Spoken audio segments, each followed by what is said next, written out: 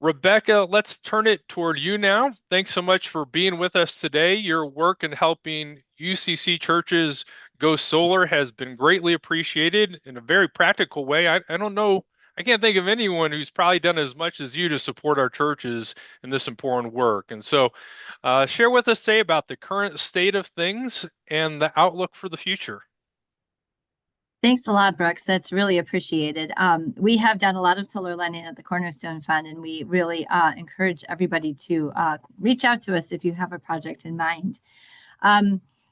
Just in 2022, summer of 22, the Inflation Reduction Act passed, and that enabled churches to finally get the tax credit that everybody else had been getting for solar projects. And I think churches were just really starting to catch on to this when the door was really slammed by the OB3, the OBBBA, as it is known, that was passed in July of this year. So let's talk a little bit about what that means, because the door's not actually as slammed as you might think. So let me get over to my presentation here. Okay, hopefully you are all seeing my big blue screen. The Cornerstone Fund, as you know, is one of the 5 financial ministries of the UCC. I'm Vice President and Chief Credit Officer, as Brooks mentioned, and we have developed somewhat of a specialty in solar and energy lending because our UCC churches really consider that to be a really primary goal. It's a win-win-win. It saves money and it is good for the environment. It shows community leadership. There's just really no downside to it. So we're really excited about all these projects we've done. Just a quick thing about the Cornerstone Fund. So we provide low-cost loans to churches and faith-based nonprofits. We do this by selling investments, which are kind of similar to CDs at a bank. You invest for a certain amount of time, you get a certain rate of return. And those investments are all we have that enable us to lend. So anybody out there that's a Cornerstone investor, thank you so much. We could not do any of this lending without our investors. So let's talk about the OB3 and church solar. So we'll go over, this is an outline of the presentation. We'll talk about what just happened, some new dates to be aware of, some new rules and restrictions to be aware of, some hidden opportunities to start thinking about, and finally, what does this mean for my church in particular? So what just happened? The OB3 was signed into law on July 4th, and it quickly phases out a lot of the solar tax credits that have been in existence for a very long time. For-profits have been able to avail themselves of these tax credits for a long time, since the 80s, I think, or maybe even before. But churches really only started to be able to access them easily in 2022. But the OB3 then sort of dials that back. We were going to have these tax credits ramped up and be really available to everybody until 2032, and probably beyond that. But the OB3 decided to pull all that right back. It applies to everybody, for-profits, nonprofits, everybody. The good thing is that projects over 1.5 megawatts, which are basically solar farms, they're getting a little bit more attention in terms of the restrictions.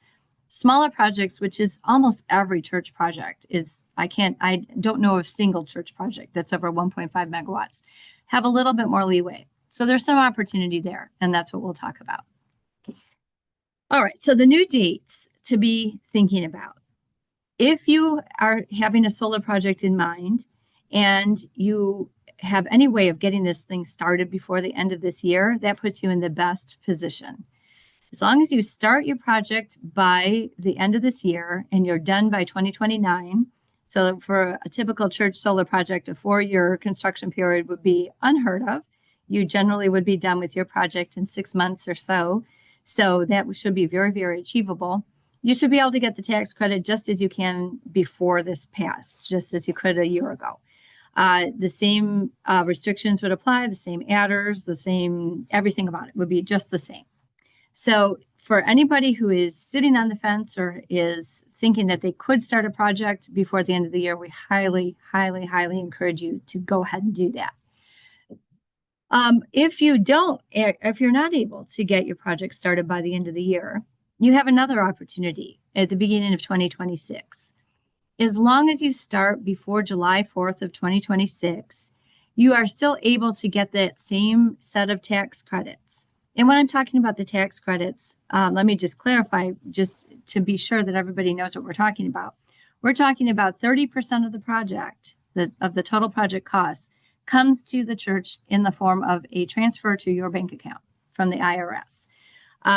So it's actual cash. It's an actual discount on the cost of your system. When Cornerstone does solar loans, we generally will expect that money will be used then to pay down the loan. That's usually what churches do with it. But it is essentially a discount on your system of 30%. It goes up from there. There's some bonus adders that could theoretically take you all the way up to 70% of the project that would be paid for with these credits that come in the form of cash in your bank. So it's really good for churches. You don't have to get involved in a complicated tax credit structure like we used to. So whenever I'm talking about tax credits, when it applies to churches and solar, I'm talking about money in your bank. So if you are able to begin your project before July 4th, you could still get all those same tax credits that you could before. The only thing is now you would be subject to an additional set of rules called the FEOC rules. FEOC stands for Foreign Entity of Concern, and we'll talk about that in another minute here. If you don't get to that deadline, if you miss that one and you don't start your project until after July 4th, you can still be eligible for all these tax credits. It's just that then you only have to the end of 27 to get your project fully done, connected to the grid, placed in service, done. And that still is a lot of time for a church solar project. If even if you started in January of 2027, you should be having plenty of time to get your project done by December.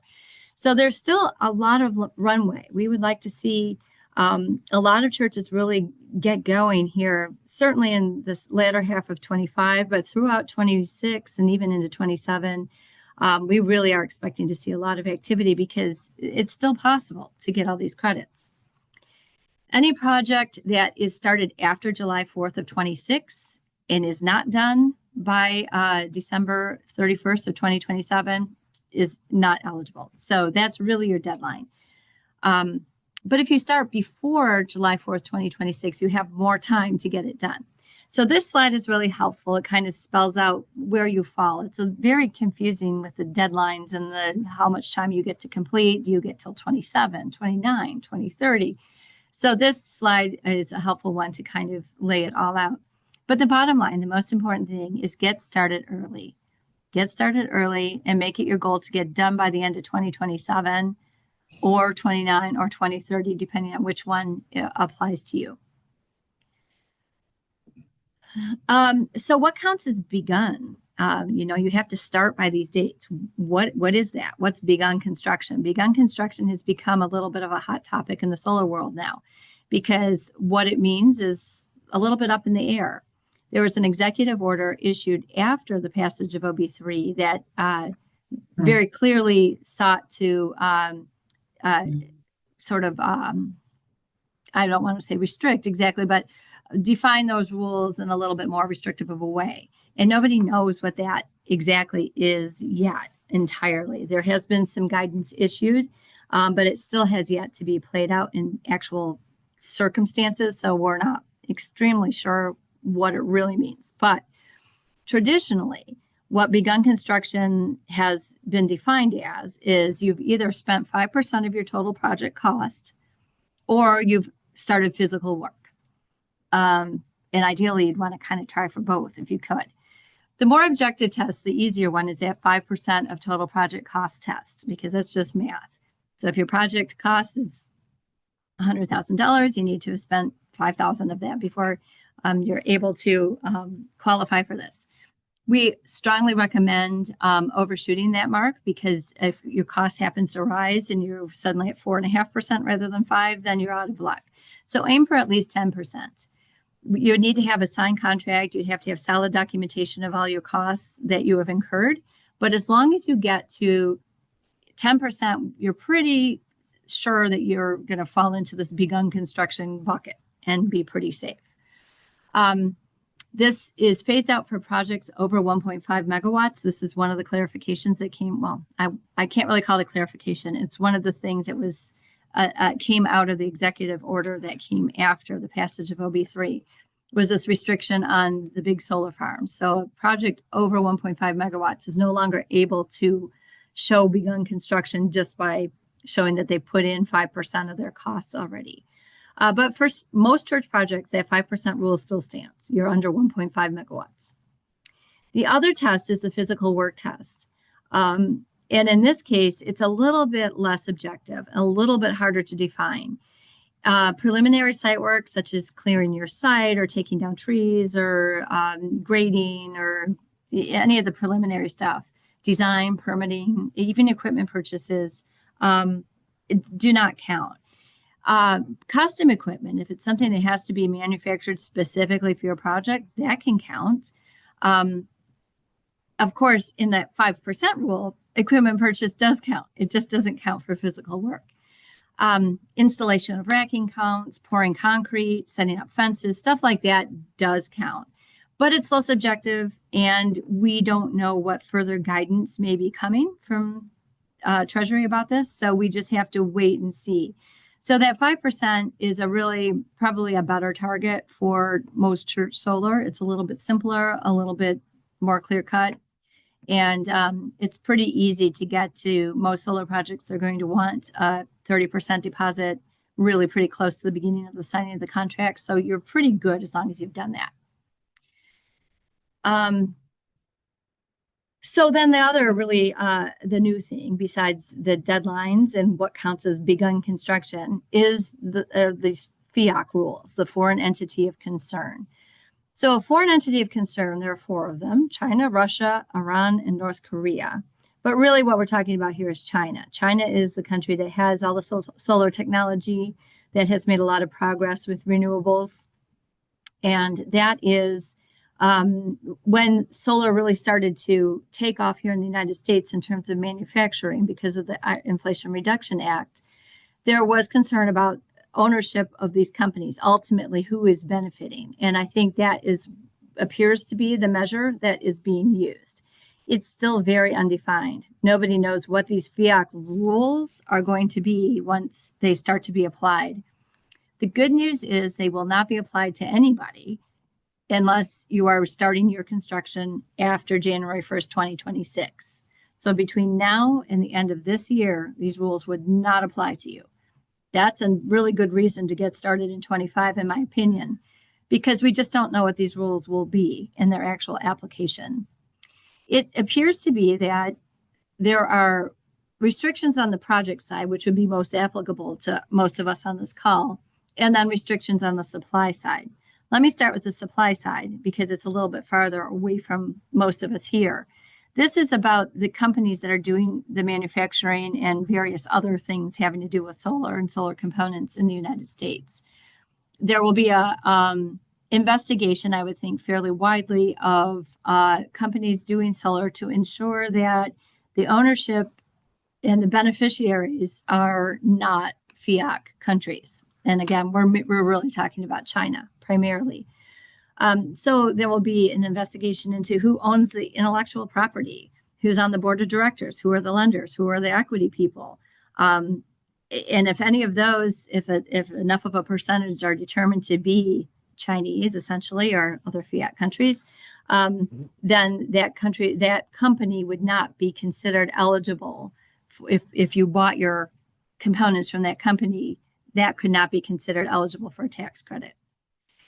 But mostly we won't be worried about that too much on the church supply side because mostly you will be working directly with solar installers. And I think that the burden will fall on them pretty much at this point to start asserting to their customers that they are FEOC compliant. I think that there will be a little bit of a cost addition as we see them having to start producing audits and reliance letters asserting that there are no FEOC materials and that they're not subject to FEOC rules based on the components and subcomponents that are being used in your particular project. So I think that will be a bit of a burden on the installation companies and a lot of confusion trying to make sure that people fall within whatever the rules are. And I do think that there will be, there will have to be some investigations of all the various companies. I think a lot of companies are already being sold and restructured and things to avoid FIAC rules in anticipation. But again, it's a little bit unclear what those rules exactly are at this point.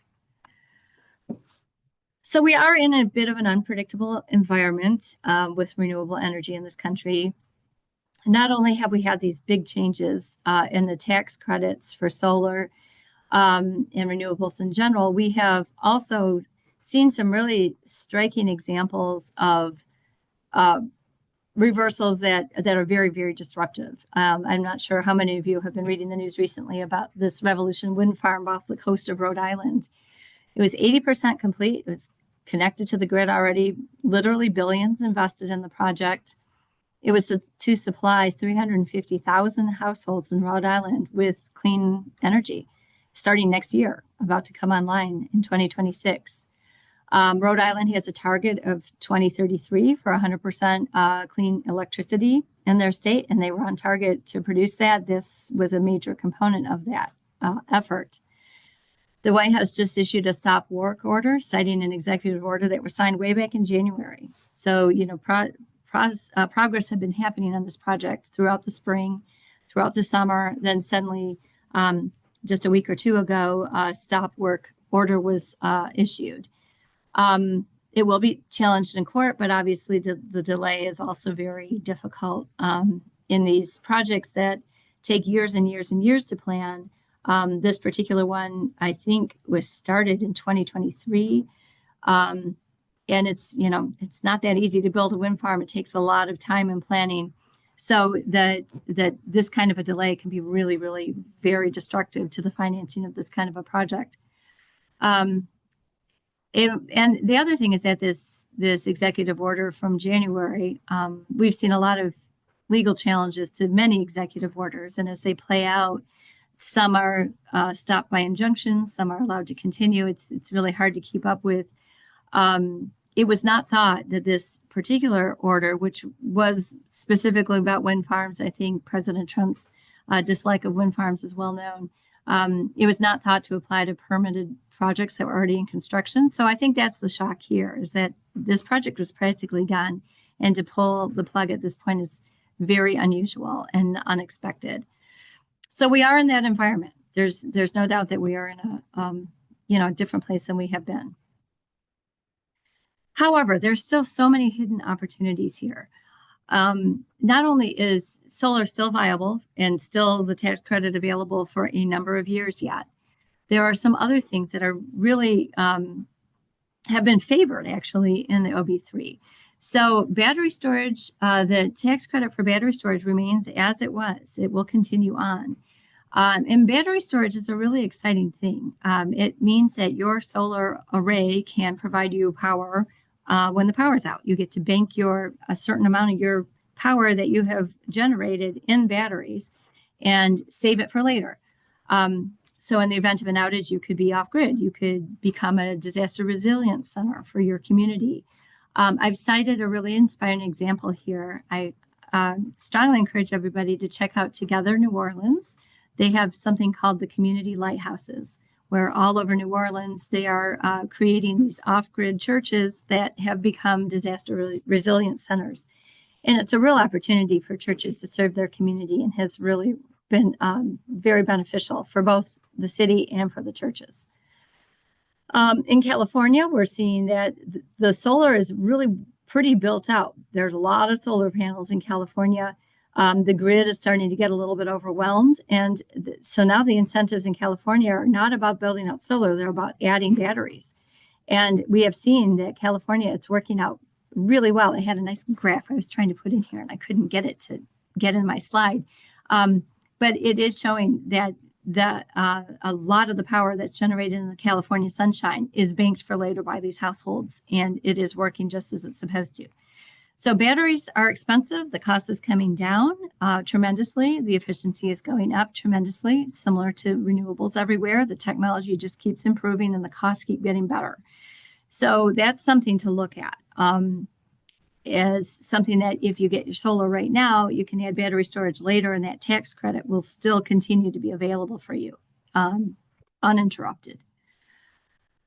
Another hidden opportunity is geothermal. So the intermittent nature of sun and wind apparently is something that was part of the reason for ending the tax credit for solar and wind. Debatable. Yeah, but it's been there long enough so that it's, Yes, debatable is right. But the geothermal is a steady state, so that was somehow exempted. We have seen quite a few churches engage geothermal as part of their energy strategy or entirely as their energy strategy with great success. The costs there also are continuing to come down, particularly in Illinois. Illinois has really incentivized geothermal. So we are excited about the potential there. Maybe this will be a big boom for geothermal if solar is starting to be less favored. There's still a lot of opportunity for growth over here. And either or both, they can all benefit churches. They're all a wonderful way of embracing renewables.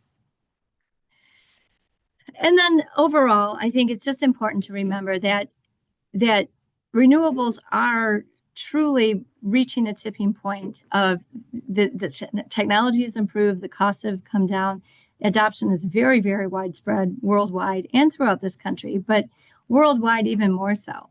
There were 2 UN reports released in July that show that renewables have reached this global tipping point. So that 92.5% of all new electricity capacity added to the grid worldwide in 24 came from renewables. That's an amazing number. And you can see that solar is now worldwide speaking 41% cheaper and wind is 53% cheaper than the lowest cost fossil fuels. Those are compelling economics. It's really hard to argue with that. And I think, notwithstanding the fiat rules and trying really hard to keep Chinese technology away from this country, it is very, very influential over the entire world. And you can't really stop this kind of momentum and progress, in my opinion. The other thing is that you have to remember that even in, the dark ages of solar back in the late 70s and early 80s, when people were putting solar on their houses, the payback period was longer, but it still happened. They still got there, even with that inferior technology. The same thing now, just because these tax credits may or may not be there to support solar development, doesn't mean it's not still a great idea. It might take you slightly longer to recoup your costs, but you still will recoup your costs and you still will get free electricity ultimately. We all know electricity costs continue to rise. So we still see that there's a lot of potential and a lot of value in churches embracing solar right now. The sooner the better. And my last slide is that. Start now. We highly encourage everybody to start as soon as you can.